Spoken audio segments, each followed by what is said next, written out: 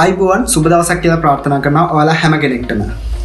අද අපි කතා කරන්න බලාපොරොත්තු වෙන්නේ 1997 දී අපේ රටේ හිටපු කීර්තිමත් දේශපාලඥයෙක් වගේම හිටපු අග්‍රාමාත්‍යවරයෙක් වන දීමු ජයරත්න මහතාගේ සංකල්පයක් අනුව වැඩ ආරම්භ වුණු අම්බුලුවාව කුළුණ ගැන. ගම්පල නගරයේ පිහිටි මේ දර්ශනීය කුළුණ ශ්‍රී ලංකාවේ සංචාරක ශ්‍රේෂ්ඨයට ඉතාමත් ඉහළ දායකත්වයක් ලබා දෙනවා. ඉතින් මේ අම්බුලුවාව කුළුණ ගැන ගොඩක් තොරතුරු අද වීඩියෝ එකෙන් කතා කරන්න බලාපොරොත්තු වෙනවා. ඔයාලා අපේ channel එකට අලුත් කෙනෙක් නම් channel එක subscribe කරලා bell icon එක all කරලා තියාගන්න. මේ වගේ වටින වීඩියෝ එකක් දාපු ගමන් notification එක කරා ඔයාලා ළඟටම ගෙන්න ගන්න හැකියාව තියෙනවා. එහෙනම් අපි යමු වීඩියෝ එකට.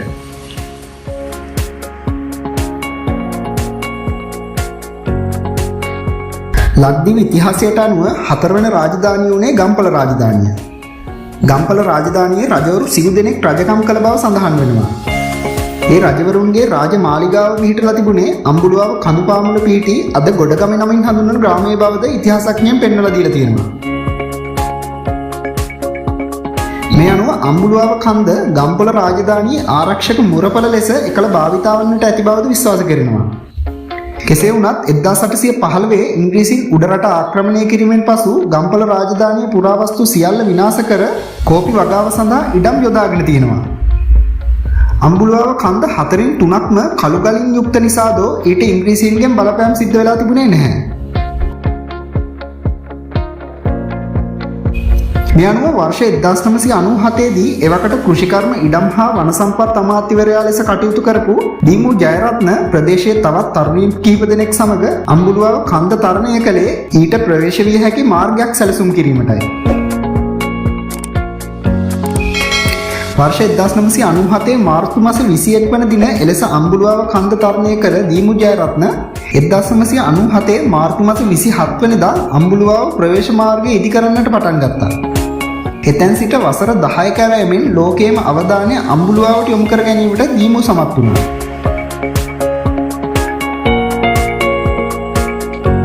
අම්බුලුවාව කඳු මුදුන මුහුදු මට්ටමේ සිට අඩි 3567ක උසින් යුක්ත වෙනවා. ඒ ගම්පොළ නගරයේ සිට අඩි 1000කට වඩා ඉහළින් තමයි පිහිටලා තියෙන්නේ. කුළුණ පිහිටලා තියෙන්නේ කඳු මුදුනේමයි. අවට ප්‍රදේශයේ වෙනත් කඳු නොමැති නිසාත් එහි ඇති සුවිශේෂී පිහිටීම නිසාත් අම්බුලුවාව කුළුණට දුර බැහැර ප්‍රදේශයන්ගේ සුපැහැදිලි දසුන් දැක ගන්නට පුළුවන් වෙනවා.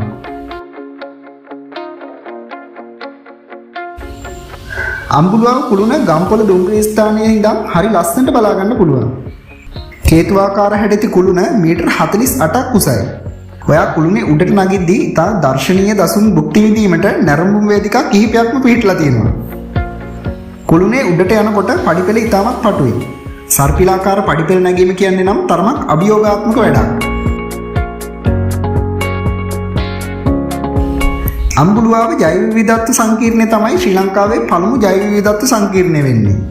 ඒ වර්ෂ 2009 දී විවෘත කරන ලද්දක් වෙනවා. එය විවිධ ශාක සඳහා නිවහනක් වෙනවා වගේම ඒ ශ්‍රී ලංකාවේ සිව්වන උද්භිත උද්‍යානය ලෙසත් සැලකෙනවා.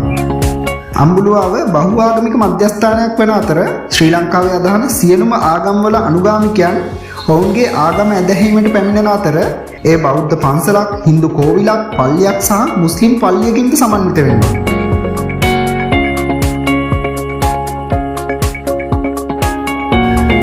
අම්බුලුවාව කුළුණ නැරඹීමට ඔයාට කෝච්චියෙන් එන්නත් පුළුවන්. ගම්පොළ තමයි ළඟම තියෙන දුම්රිය ස්ථානය වෙන්නේ. ඔයා පොදු ප්‍රවාහනෙන් අම්බුලුවාවට යනවා නම් ගේට්ටුව ළඟට ගිහින් ඉතුරු කොටස යන්න ත්‍රිවිල් රථයක් කුලියට ලබා ගන්නත් පුළුවන්. ඒ වායේ මිල ගණන් ගමන ආරම්භ කිරීමට පෙර විමසා ගැනීම ඔයාගේ වගකීමක්. පෙරවරු 8:30ට ගේට්ටුව විවෘත වෙනවා. දොරටුවේ ඉඳලා කඳු මුදුනටම ඇති දුර කිලෝමීටර් 2.5 3ක් විතර වෙනවා. ඔයාට ඔයාගේ වාහනය අරගෙන හරි කුලියට ගත් ත්‍රිරෝද රථයකින් හරි පයින් හරි හැට ගමන් කරන්න පුළුවන්. ඉතින් මේ දර්ශනීය අම්බුලුවාව කුළුණ ගැන ගොඩක් තොරතුරු ඔයාලා මේ වීඩියෝ එකෙන් දැනගන්න ඇති කියලා විශ්වාස කරනවා. වීඩියෝ එක හොඳ නම් ලයික් කරන්න, යාළුවන්ට බලන්න ෂෙයා කරන්න කියලා ඉල්ලීමක් කරනවා. ගිහින් එන්න හම්බෙමු අලුත් වීඩියෝ එකකින්.